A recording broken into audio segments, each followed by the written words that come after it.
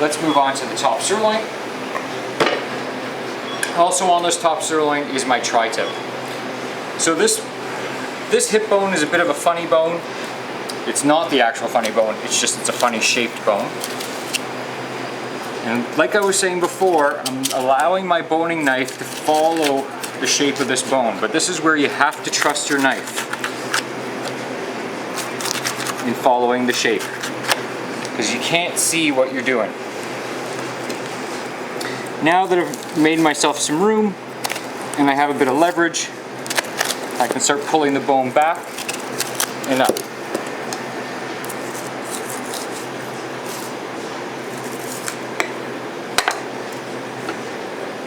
There's still some good meat on there that I could trim off of it, but that bone I'm just going to put off to the side. And now I'm going to remove the tri-tip. Now the tri-tip is properly known as the bottom sirloin tri-tip, and it's because when you think of this muscle, don't think of it lying down, think of it on the animal like that. And when it's like that, you can see how the tri-tip is on the bottom, and that's why it's called bottom sirloin.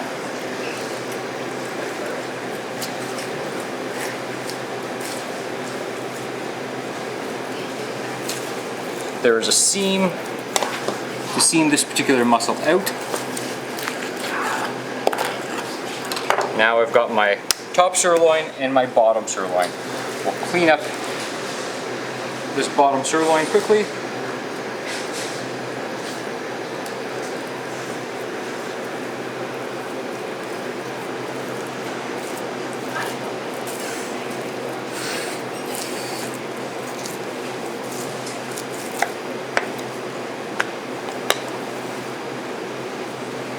This is an absolutely sensational muscle.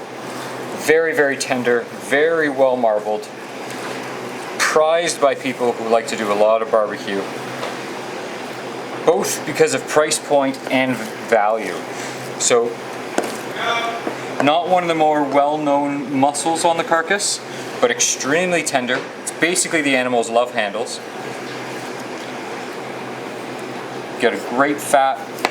Like I said, it's very, very tender, so it's a good barbecue muscle, especially if you're cooking for a group of people.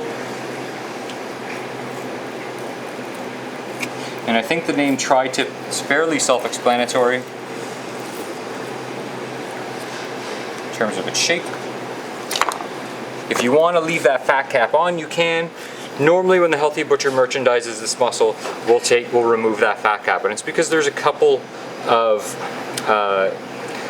little glands in this fat cap here. So to do that, I'll show you that quickly.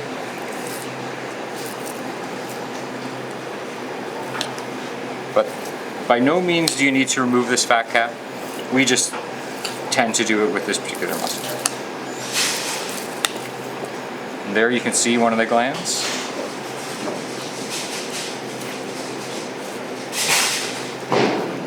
Tri-tip. Alright, so this is a top sirloin, and the top sirloin as a proper muscle, this is exactly what you're going to get. We tend to merchandise this muscle as 3 different pieces, so I'm going to break it down now into the baseball, the picanha, and the top sirloin heart.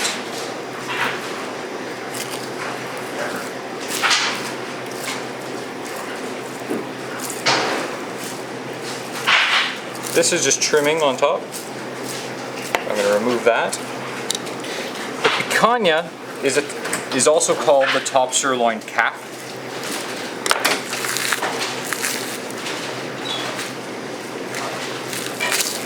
This is one of the most popular muscles in Argentina and in Brazil. It's a very, very versatile muscle. It's a lot like the tri-tip.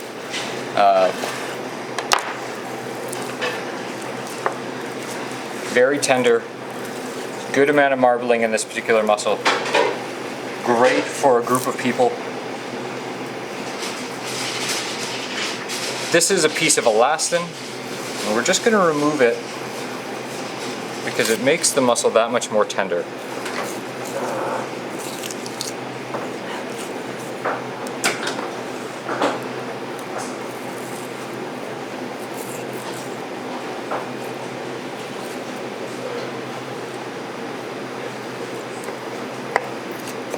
Now for this muscle, we tend to merchandise this one with the fat cap on, but we will trim it down a bit.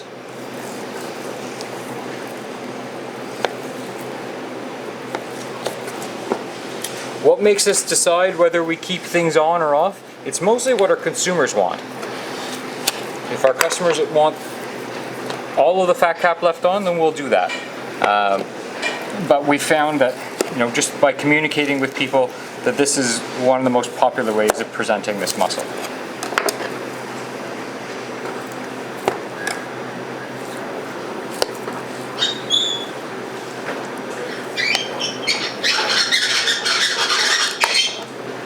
Alright, and there you have a picanha.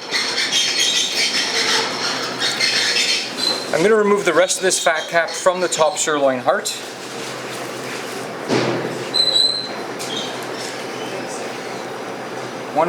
I wish you could feel this fat as I'm cutting it. It's one of the things that the World Wide Web hasn't provided us yet.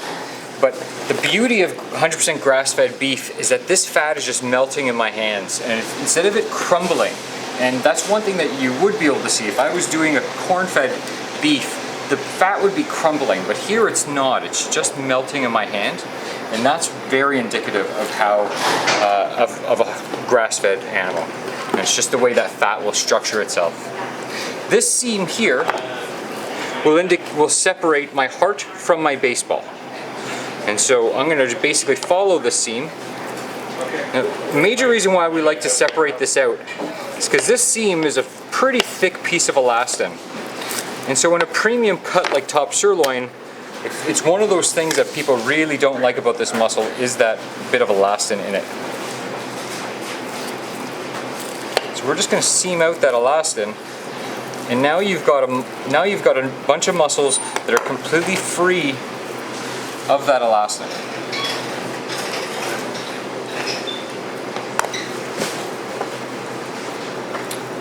So there's your baseball.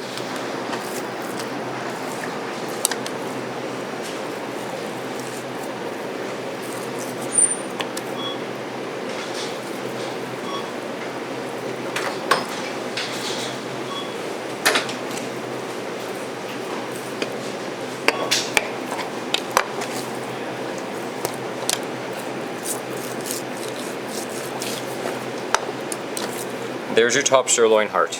I'm going to clean up a little bit of that fat there.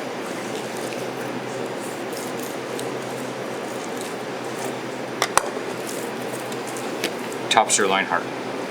Finally, let's work on this tenderloin.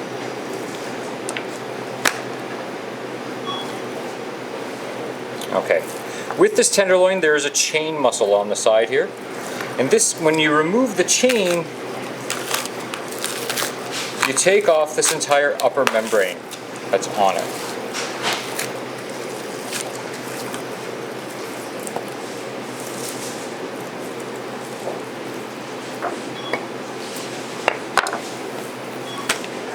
I'm going to remove some of this fat.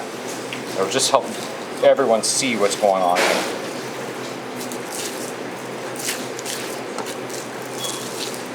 It's so nice to see this fat on a grass-fed animal from Ontario. This is something that really speaks volumes of the farm that it's coming from. Entry on call 26, please. Entry on call 26.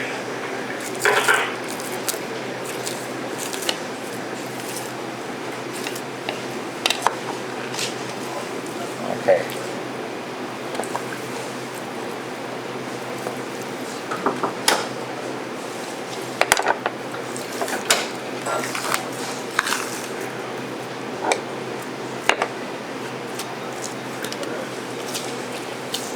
Now, as we start reaching the Chateaubriand, that chain is coming to an end.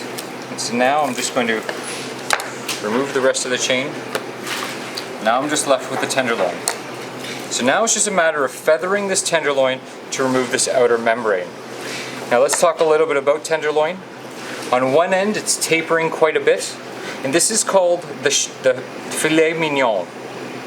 In the center part of my tenderloin, where it's equal thickness, right, so this region right here, this region is where you would be cutting the prime T-bones from, but on tenderloin it's called the tournedos. This region with the strip loin and the bone there is also called your porterhouse. Between here and here, this fat end of my tenderloin, this is called my Chateaubriand. Alright, so feathering is where I create a handle and I use these long strokes to remove the membrane but not the muscle.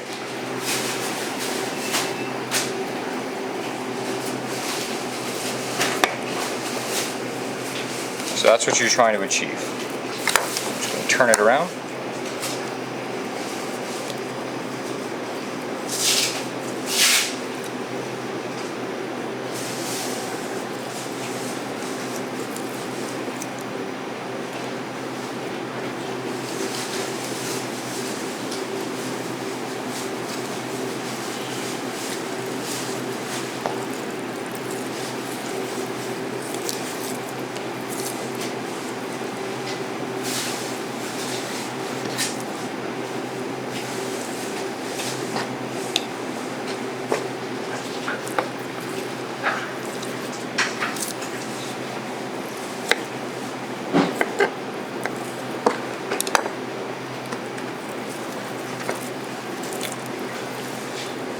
This way for you to see.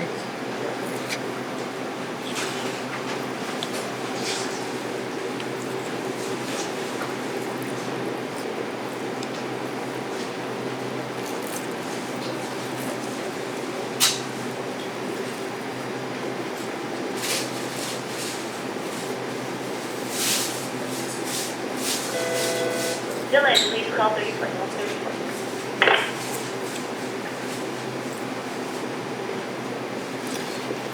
The reason why we need to remove all of this is because this elastin will not break down with heat and it's going to hold all the muscle fibers together. Otherwise, the muscle fibers in a tenderloin do not have a lot of collagen holding them together. So the only thing that could possibly make this muscle tough is simply going to be that elastin. Now I'm just going to turn it over on its backside. It's usually just a little bit of fat here.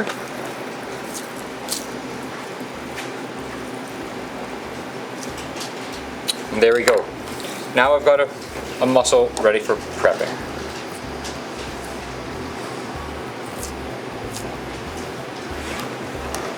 Okay, so I'm going to tidy up and then I'm going to get ourselves ready for this flank section.